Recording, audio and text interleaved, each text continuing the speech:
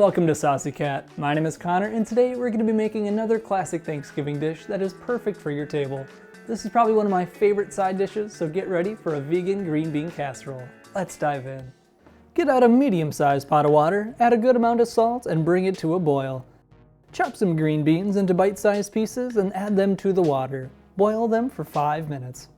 Once the 5 minutes is up, strain them out and rinse them under cold water to halt the cooking process before setting them aside. Now bust out your trusty food processor and add in a medium-sized shallot and 3 cloves of fresh garlic. Get that as minced up as you can before setting it aside.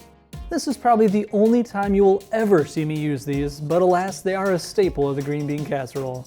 Add a good pile of mushrooms to the food processor, and since I don't like mushrooms at all, I'm going to keep them in the food processor until it's almost like a paste. Now get out a large saucepan on medium-high heat and start melting some vegan butter. Once it's melted, add in your shallots and garlic and cook for 3 to 4 minutes or until it's translucent. Add your mushrooms and cook for another 5 minutes. Now whisk in a little bit of flour before slowly introducing some veggie broth and almond milk. Keep whisking on the heat until it begins to simmer and then keep cooking for another 5 minutes.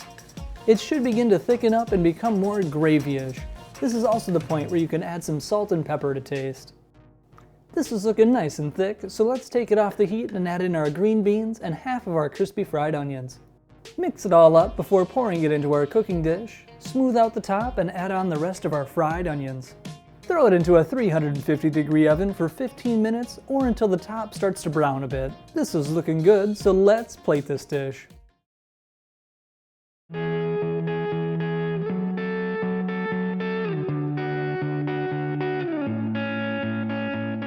Now it's hard to find a more classic Thanksgiving dish than this.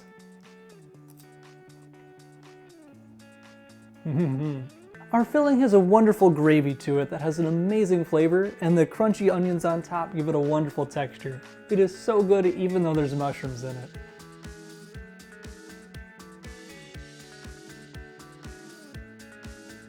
Well, that is going to do it for today. I want to thank you so much for watching. Let me know what are some of your favorite Thanksgiving side dishes in the comments down below. Like and subscribe for more, and we'll see you next time on Saucy Cat.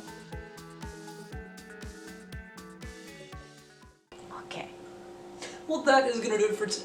Oh, sorry. That scared me, actually. That was like a jump scare. Yeah. Okay.